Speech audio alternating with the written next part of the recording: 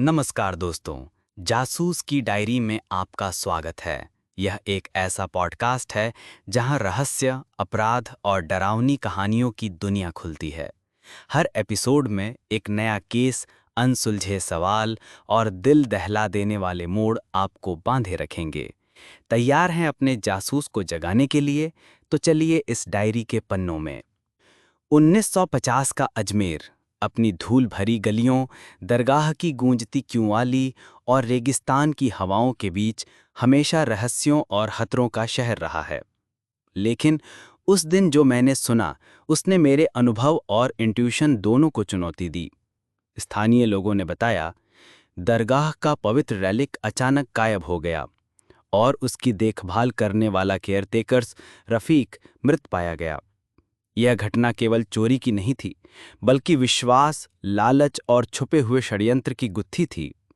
मैं तुरंत दरगाह पहुंचा। क्यूवाली की गूंज, भीड़ का हल्का बड़बड़ाना और रेगिस्तान की तेज हवाएं, सब कुछ सस्पेंस और मिस्ट्री का माहौल बना रही थीं। मैंने दरगाह के भीतर निरीक्षण शुरू किया।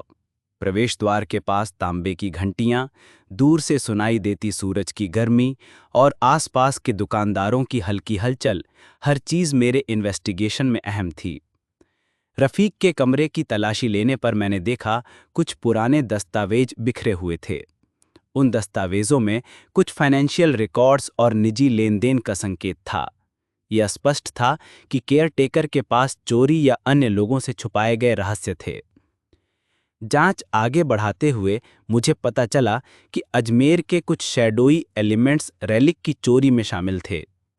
रफीक ने अपनी मौत का भ्रम फैलाकर उन तस्करों को फंसाने की योजना बनाई थी। मैंने गुप्त रूप से उनकी गतिविधियों का पालन किया। भीगी गलियों, दरगाह के गुप्त रास्तों और रेगिस्तान की तेज हवाओं के बीच हर संकेत मुझे सच की ओर ले जा रहा था। जैसे ही मैंने उनके हाइडआउट्स का निरीक्षण किया, मैंने देखा कि रेलिक का स्थान केयरफुली छुपाया हुआ था। रफीक ने अपनी डेथ की नकली कहानी बनाई ताकि अपराधियों को जाल में फंसा सके। अंततः मैंने पूरे थेफ्ट रिंग को उजागर कर दिया। रफीक की रणनीति, उनका साहस और धैर्य और मेरी इन्वेस्टिगेटिव स्किल्स ने इस रहस्य को सामने ला दिया।